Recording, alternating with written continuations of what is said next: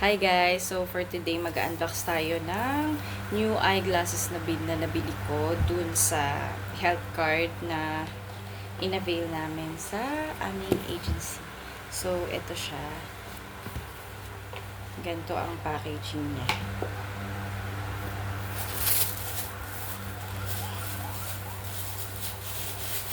So nakarap siya ng maliit na plastic. Ayan. Buti na lang, color blue. Ayan. Favorite color ko kasi yung blue. Anything blue. So, ito siya. Pagka-unwrap mo, ito na yung kanyang, box. Or yung holder niya. So, ayan. May pagka, siya. Sobrang smooth.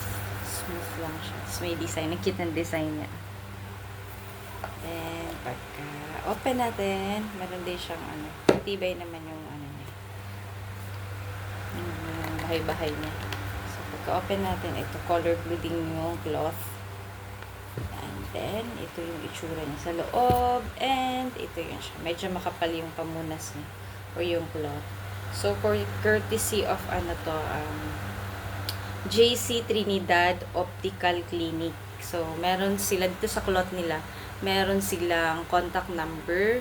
So, ulitin ko. Ito yung JC Trinidad Optical Clinic. Pwede nyo silang makontak sa number na to na 0917-540-9733, landline 791-54761. So, ayun siya. Maganda rin yung quality ng cloth nila. Makapal at saka medyo malaki. Tapos, ito naman yung eyeglass na in-order ko sa kanila. So, nag-wait ako ng 1 week. Since marami kami, under employer. So, since under employer kami, nakuha ko siya na mga 1 week. So, ito yung pinili ko na lens and frame. Sobrang simple lang. At saka, ito yung pinaka-affordable sa lahat. So, nagre-range yung prices nila from 2,600 to 6,000 or more pa. Depende sa gusto mong brand at saka design. So, akin, sobrang simple lang. Ganyan. Parang rectangle style lang siya. Then, yung niya, yung brand niya, Solix Design, Italy. Siguro made in Italy.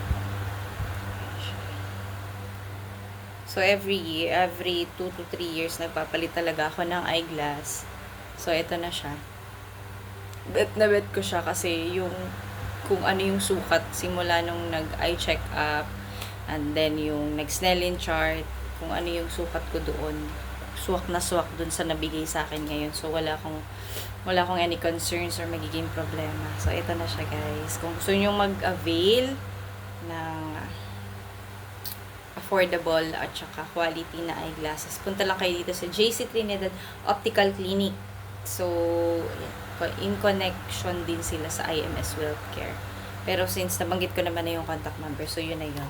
Yun yung contact number nila. Pwede nyo silang makontak doon. And, ito siya. Maganda yung, lang siya, pang-office design lang yung pinili ko kasi pag nag-encode ako, harap ko yung computer, ito, kailangan talaga may eyeglass ako. Kasi meron na siyang anti-radiation and may UV